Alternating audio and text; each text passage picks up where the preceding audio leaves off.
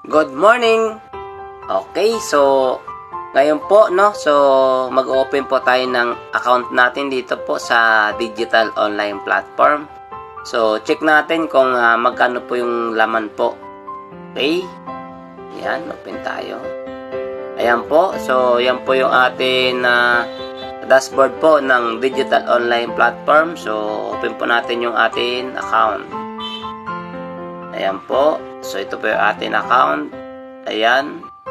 Ayan po yung ating pangalan po, no? So, welcome, Rodolfo M. Etang Jr. So, yan po yung ating pangalan. And then, check po natin yung ating laman ng account.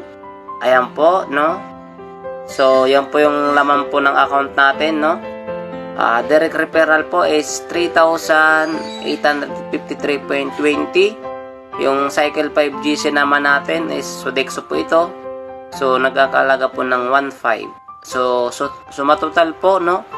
Ay meron po tayong 5,353.20. Yan po yung atin Cycle 5. And then, ito naman po, yung atin binary total. Meron po tayong 79.676.25. And then, sa unilevel total naman po, meron po tayong 524.67. So total po ay meron po tayong 80,200.92. Okay.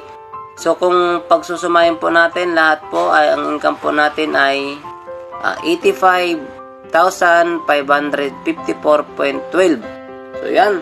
So yan po, no, piniplex po natin yung atin income. So ngayon, i-click po natin yung ating income. So, para makita ng ating mga masugid na mga followers dyan. So, paano mag-click ng income dito sa digital online platform. Okay? So, pupunta lang po tayo sa ayan. Punta tayo sa withdraw fund. Yan po. So, yung una-una po natin i-click, yung atin po ay unilevel. So, yan. So, papalitan lang po natin to. So, palitan po natin ng unilevel bonus. Yan. Okay. So, itatype po natin dito yung atin income na 524. Yan, 520 na lang. Itira natin yung 4.67. Yan. So, yan po. Yung 520. So, yan po. Ini-next lang po natin. Ayan. Ayan po. So, yan po. May bawas po siyang 50. Gawa po ng sa processing fee natin. Ayan. So, 50. So, yan. Sasagutin natin kung ano po yung ating favorite color. So, yan po yung ating favorite color. Yan po. Ayan. Yan. Sasubmit lang natin. Ayun po. So, wala na po yung ating unilevel bonus. Ngayon, ang in-next po natin i-click yung atin na pairing bonus. So, yan po. So, balik lang din po tayo doon. Yan, sa withdraw fund. Balik tayo dyan sa withdraw fund. Ayan, check muna natin, no, yung ano. Yan, kung pumasok. Ayan po. Ayan po. Ayan na po. Na-click po natin ng ayan, December 3. 950, yan po yung unilevel po natin. Ayan po, ibig sabihin ng question mark, yan po ay hindi pa po natin na kukuha. Next week po makukuha na natin yan. So yan, so punta tayo sa binary na. Ayan, withdraw fund ulit. Yan, itatype natin dyan yung atin income na 79,676.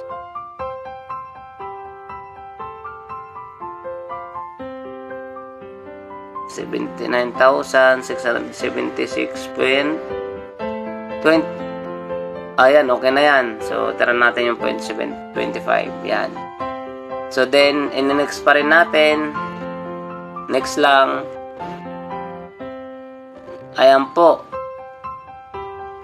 Ayan. So, yan. So, sagutan lang natin yung nakalagay dyan.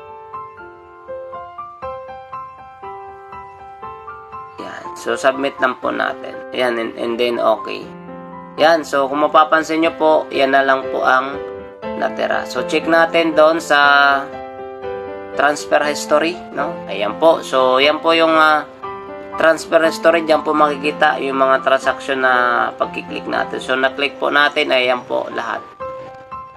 So yan, so dalawa pong question mark, ibig sabihin next week ay makukuha natin yung check natin. Ayun, so ganun lang po mag-click po ng income dito sa digital online platform. Kaya ikaw, kung hindi mo pa alam yung ganitong sistema, so mas maganda alamin mo na, no, para matulungan ka namin dito, para makasabay ka. So yun lang, maraming salamat sa atin lahat. So God bless.